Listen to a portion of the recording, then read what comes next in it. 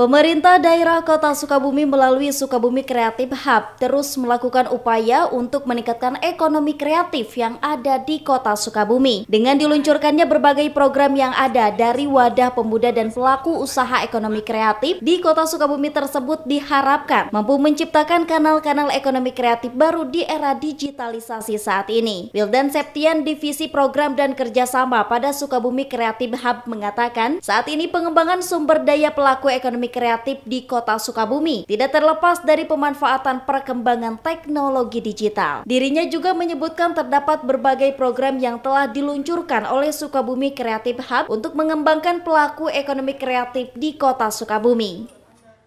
Sebenarnya setelah mengarungi kota kita kemarin selama 3 hari ya yang diadakan di Balai Jaya Niti, sekarang kita sedang mencoba untuk lari ke desain. Jadi kita akan mengadakan pelatihan vokasional untuk desain grafis. Itu ada 2. Yang pertama mengenai si desain produk. Yang kedua itu mengenai IP design. Jadi yang pertama targetnya adalah kita mendapatkan desainer-desainer baru yang bisa membranding kota.